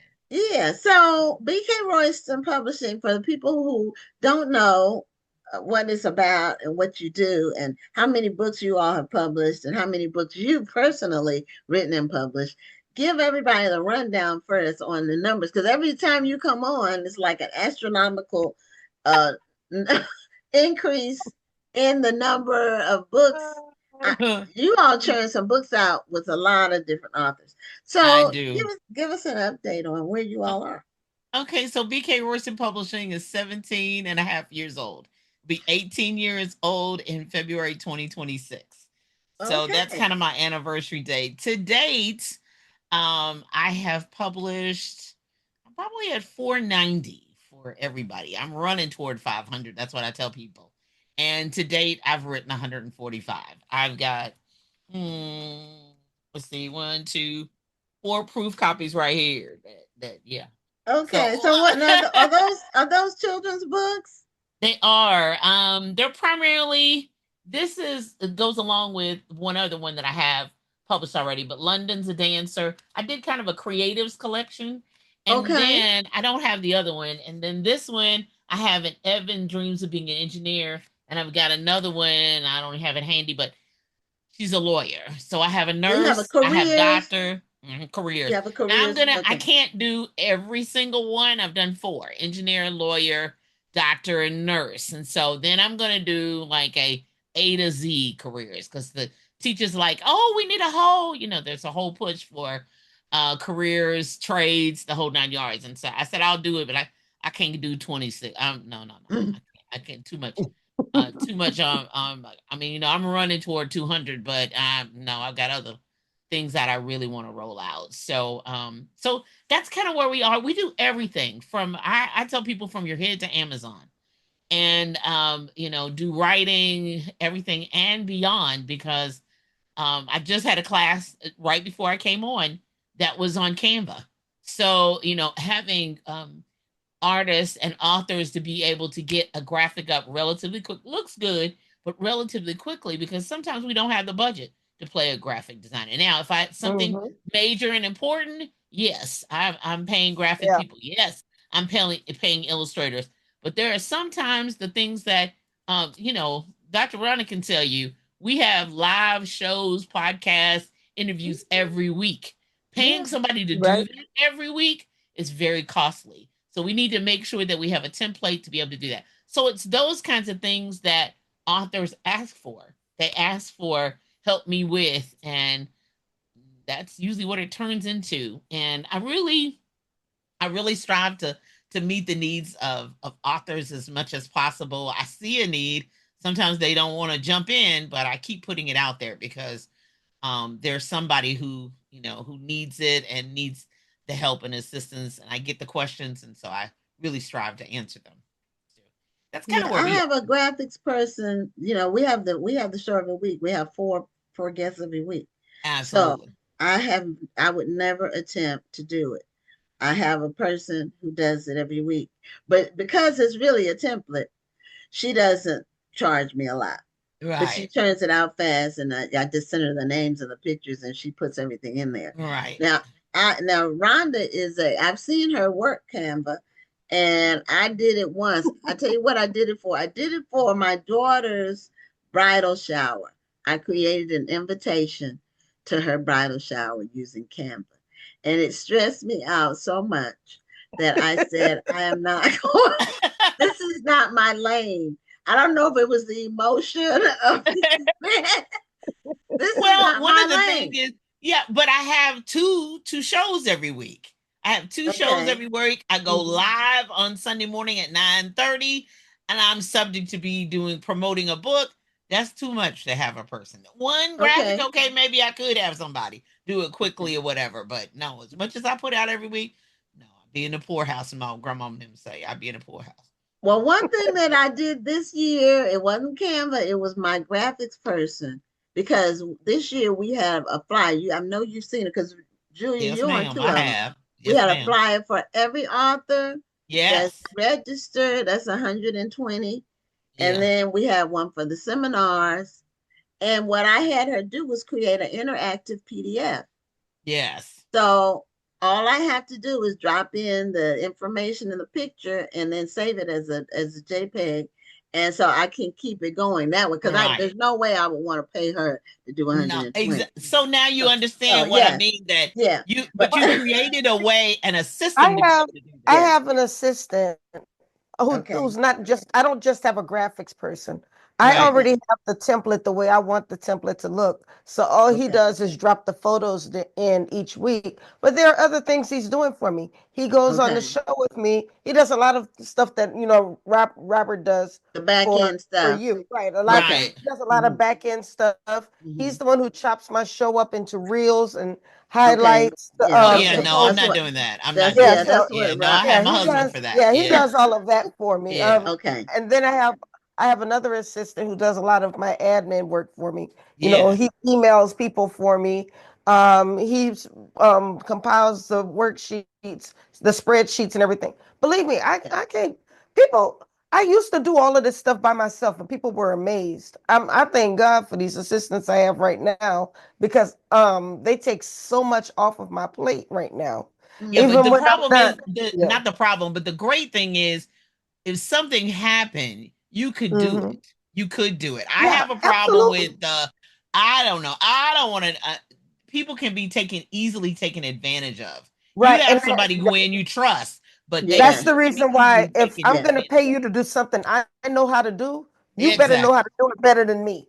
Yeah. Or Or I at mean, least you equal. have guidance and Mhm. you're yeah, directing them. I know what highway I want you to go on. I'm not going to let you just kind of freestyle willy nilly. We're not doing that. Yeah. So At yeah, least it's that equal. whole. Mhm. I love it, and that's a part of the business of whatever you're doing. Yes. Business of business, the business of books, the business of media, Yeah. the business. Even if you're just going live, the every Yeah. week, if you're promoting a ministry, you're promoting your nonprofit, there are so many advantages to having graphics and being professional because we're all going to need multiple streams of income. I say that Yes. and I say it Yes. everywhere I go. You're going to but need multiple you hit outlets the of nail income. on the head is being professional because Yes. there's nothing wrong with doing, well, I'm not going to say there's nothing wrong with doing, but if you have to do things yourself or you choose to do things yourself, that's fine. But you still want to present yourself as a professional. Don't just throw things together and be raggedy and just think people are supposed to understand that you're doing it by Exactly. Oh, I'm yourself. sorry, I'm starting. But that's Mm-mm, the mm-mm. beauty of having a class to be able to do that because Yes. Exactly. everybody in there is like, I'm striving to be more independent. There was a ministry leader, and she's like, I have a whole media team, but that's not fair because I don't know anything. I can't do anything in a pinch. I love them, I appreciate them, but I need to be independent because depending on other people, they have lives. Other things Well, can happen. If I need something in a pinch, Mhm. I need to be able to do that. So, And but people they're can be going to flaky. class. Yeah. And people can be flaky. Now, the media manager for the show is my stepson. So, he does like the intro, the outro. He brings the show on and off. He does all of the separation of the interviews. He does the YouTube channel. He does the Buzzsprout, which puts us on all of the podcast Absolutely. I use platforms. Buzzsprout as well. Yeah. He does all of that, and so I don't have to think about it. And he was doing tech stuff as a kid. Yeah. He's been techie And that's a his whole beautiful, life. I mean, my husband was in tech for 32 years. So that's a beautiful thing to have that already in your house. Yay! Yeah. Yeah, Yay! it is. It is. And so, and then, the video stuff that we do, George Powell does it. He's actually the minister of music at my church. He's the choir director, but he has an amazing ability to create videos. So he does all our video work, all the commercials, all of the video, the video about the show, any video work we get done, he does it. Yeah. And so, you need to have professional people. You do. Because you don't want your stuff to look amateurish. Yeah. You want it to look like it's a major operation. People always say, where's your show based? And they always give credit to New York or Los Angeles or somebody. No, it's not. No, it's right here in Houston. Yeah. We have like, where's Jeffersonville, Indiana? I'm like, right before you get to Louisville, Kentucky, the last exit. Right. And then you don't have, your costs are less because you're not in New York and California. Yes. Yeah. Absolutely. Everything would cost 5 times more if they had the ideas, which, all the ideas don't necessarily emanate there. Really, a lot of the ideas that are coming out of there, they got it from other people that are from other places. So, use your creative talents, but make it professional and know your strengths and weaknesses. Absolutely. And graphics is not my lane. When I watch Rhonda, when we go out of town and she's on her laptop putting together a flyer. By the way, Rhonda, that flyer that I said the font was too small, I saw it online. It was just right. I meant to tell you that. I meant to tell you. But she was doing it. I'm watching her meticulously make it bigger. Well, after so long, you know what it's supposed to look like. Symmetrically, you're thinking, what? No, but once you get it big, anyway, Ronnie, you know what it is. I said, okay, there's no way I would. But this is still in line with my talk on writing the book that builds the brand, because you want not only the book you're writing to go along with your branding, but you are, of course, the number one part of your brand, yourself. Being able to communicate that effectively, being able to transfer that mission into a message, and then hopefully turn it into a movement. That's the ultimate where you want it to go. Now, I write in multiple genres. So I'm not known for, in some circles, but in some other circles, I am known as a romance writer. I primarily have focused on children's books. I do write romance. I do write romance under a pen name too, as well. So I do. What's the pen name, girl? Cadence Royal. Ooh. Look okay. at you. Mm-hmm. Okay.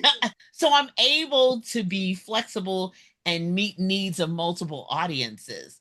But when I'm looking for a brand book or something, a signature series, and I'm talking about my publishing company that's writing, well, first off, it's write the book that builds the brand. That goes along. I have a book that I've written that goes along with my talk, but also write, publish, and promote, which helps people even know the questions to ask a publisher or to how to start the book. And you self-published, you really didn't have much guidance. The book looks beautiful, but how am I going to sell it? It's time now to promote it. It's time now to exactly. So that is like my signature series that goes along with publishing and those types of things that really exudes my expertise in that area. But I write in multiple things that are just fun. I have an interest in, devotionals and things of that nature. But I believe that you should have a book that goes along with your business, your expertise, your number one. You can have multiple things, because I do have multiple things that I do, but there should be something that you can teach from, that you can speak from, that you can be interviewed from. A book that really, it doesn't take much. Even if it's midnight, you should be able to talk about it and move that mission. It should also lead people back to you. There should be a place where it should lead people, not just to buy the book, but to work with you. That people are able to say, oh, I want to know more. So whether that's a one-on-one, whether that's group coaching, whether that's a course, whether that is, a workshop you're having, whether that is an event you're having, people usually, if it's something that's helpful, it can be entertaining for book clubs. Lord knows I love book clubs. But then there should also be a book that leads people to want to work with you if that's what you're offering. And it should be your calling card. We used to say the book was the business card, but it's the introduction to your framework, the introduction to your standards, your method of doing work, your pedagogy, the way you work, the way you do what you do. And people get to know you that way. And then they want to work with you more. They want to be introduced to you more and work with you even more on another deeper level. Well, that's great advice. And so Julia will be going into even more depth about Absolutely. that in her workshop that she's doing on Friday at 1:00, I think. 1:00, yeah. Yes, because you're the first one on Friday. I always say 2, but it's because I'm probably still on Eastern time. Eastern time. So I'm like 2:00. Yeah, 1:00. Right. Yeah. 1:00. That's the first one. And we're promoting the seminars much more this year, so people will come from the outside to absolutely attend the I really Friday encourage seminar. people. I really highly encourage people, if you're in the Houston area, Houston's humongous. So if you're in the Houston area, you really need to take the time. If you've ever thought about writing a book, if you have ever thought about or you've written, you've journaled, that room is incredible amount of information as well as inspiration and motivation for you to do what you can do and how you can start. That room is filled with authors who have done trial and error, good, bad, how they promoted, how they didn't promote, what failed, what worked, the covers, the table setups, everything. And then not to mention the celebrity authors that are there. And I mean, it's an incredible event to be a part of and to come to learn as much as possible. So I would just take that Friday off and that Saturday come back so that you can maximize the information, maximize the opportunity to be able to meet authors of different genres, multiple genres in one place at one time and ask questions and actually see and take pictures and of course purchase their books as well. But even more so, if you're wanting to be an author, if you're wanting to write, if you started and it's a dream and it's a goal, or you, as they say, people, I've been prophesied to. Well, okay, let's work to fulfill that prophet. Oh, child, I can't tell you how many people they laid me out on the floor and I was out. And I was like, okay, well, what happened when you woke up? Did you start writing anything? Did you get a notebook? Whatever. No. So and able to you to start that process. Yeah, and get the laying on of hands is not going to write the book. No. Faith That's without just going to give words, you the. it's dead. That's what people miss. No. If you have faith, you got to put the work in. Yeah, absolutely. I didn't write 145 books I have not written because somebody laid hands on me. They laid hands on me for strength and healing or whatever. But I've had to sit here, as they say, my hind parts in this chair and actually write it and make it happen. So I just encourage you to be there and to be a part of it, not just for my workshop, but all of the workshops, period. It's just, it's a wealth of information. Well, I always tell people, don't just sit there and make the entire weekend about selling your book. Yes, we want you to get sales. We do. But if you make the entire weekend just about selling your book and you miss out on the valuable networking, absolutely, you miss out on meeting celebrity authors. Yes. You miss out on talking face to face with Amazon. Yes, absolutely. You miss out on scheduling yourself from podcasts. Yes. You miss out on being, you want to say you want to be a New York Times bestseller? Get near one and find out how they did it. Find out. I mean, they may be a celebrity, but there are people who are quote unquote non-celebrities who are doing it too as well. What have been the keys to that? What has been the key to having a book that sells, period, in that particular genre? I'm always asking fiction authors how they do it because Once people are loyal, they buy everything you have. But getting people interest to read your fiction, that's harder than a children's book. That's harder than a nonfiction. That's harder than a devotional. And so therefore, I don't care how many books I write, I'm always going to be asking questions, inquiring. I'm a forever learner. I'm an educator by trade, but I'm always a forever learner. And I cannot learn just being in this office writing it into myself. I have to get next to iron. Iron sharpens iron. Sharpens There's some iron. more It sharpens words. iron. You all are, if you all are listening, you know, are the people who will hear, let them hear. Yeah, exactly. Iron Exactly. sharpens iron. If you don't know what that means that if you're trying to achieve a goal, what will help you get there is being around other people that have similar interests that can help you get there and teach you, but be respectful and don't expect them to provide services for free. That's Exactly. that's definitely not what we're talking Yeah. about. If they No. provide a professional service, then pay them a professional price, because they have the experience that you lack. And so you need to, if you're serious, you know, nothing is free. So that's the first rule of economics.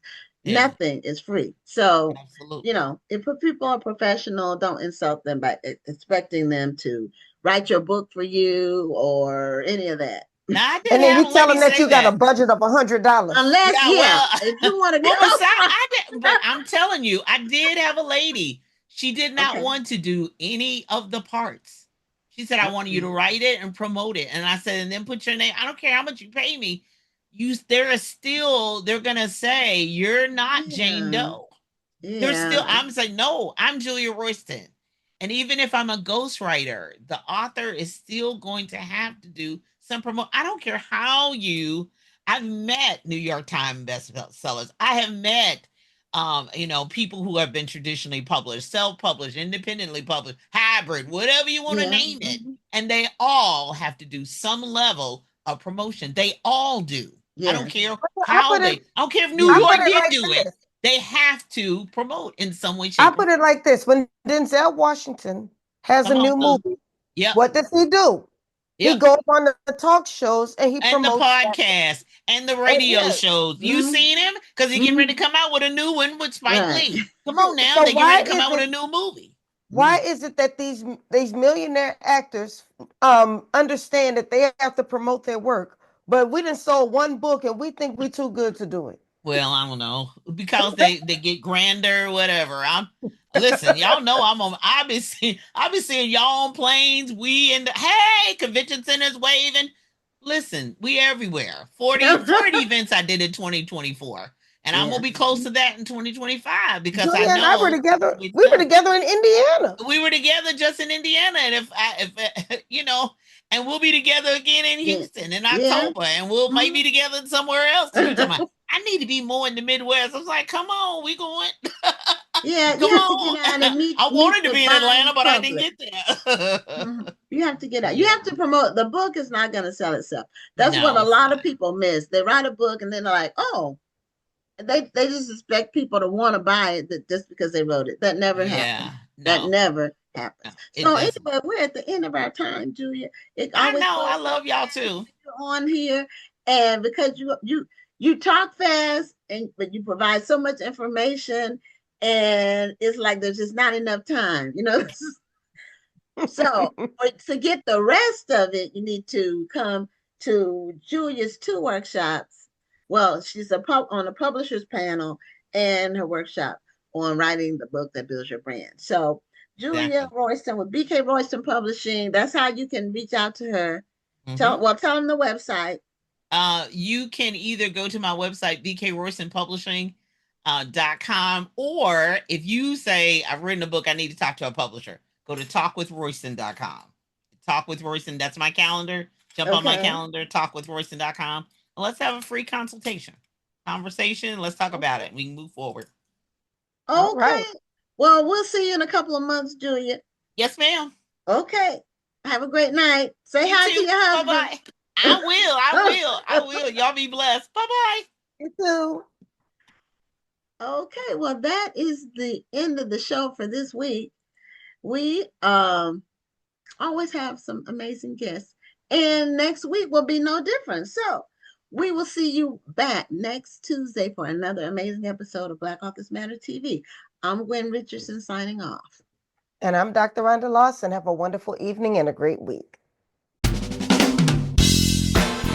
Thank you for tuning in, and join us next Tuesday at 7 p.m. Central, 8 p.m. Eastern for another edition of Black Authors Matter TV.